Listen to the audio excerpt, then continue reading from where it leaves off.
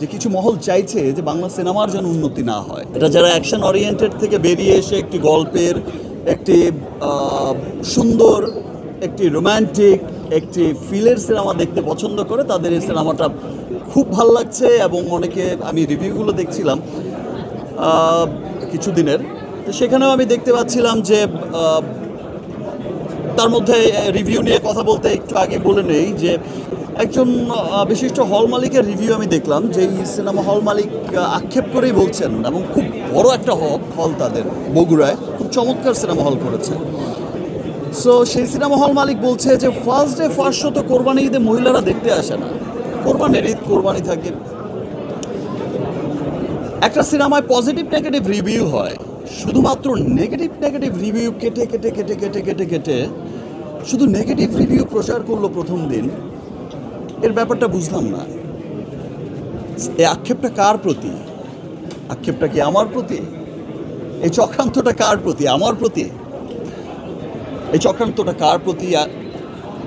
সানমোশন পিকচারের প্রতি, না রুশোর প্রতি, না আমার অন্যান্য কোনো আর্টিস্টের, আমার নায়িকাদের প্রতি? কার প্রতি আমি বুঝলাম না। নাকি বাংলা সিনেমার প্রতি?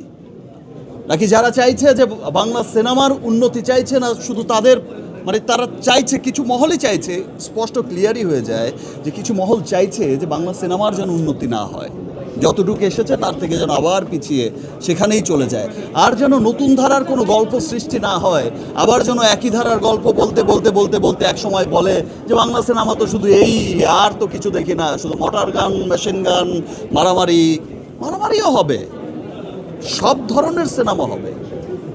তাই বলে যে নিটল প্রেমের গল্পের সিনেমা হবে না, সেটা তো না।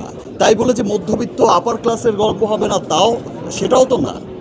একটা সিনেমা, একটা গান, একটা সব কিছু সবার জন্য। এবং আমি সেকেন্ড ডে থেকে আবার যখন দেখছি যে রিয়েল রিভিউগুলো যখন আসা শুরু হয়েছে, সবাই যখন সোচ্চার হয়েছে, যারা সিনেমা প্রেমী এবং যারা সিনেমাকে সত্যি সত্যি ভালোবাসে এবং সত্যি সত্যি চায় যে সিনেমা অনেক ভালো করুক, আমাদের সিনেমা ভালো করছে, বিশ্বমানের সিনেমা তৈরি হোক, ভিন্ন ভিন্ন গল্পের সিনেমা তৈরি হোক, তারা কিন্তু খুব পজিটিভ রিভিউ দিচ্ছে এবং সবাই আবার নতুন করে হলে আসছে।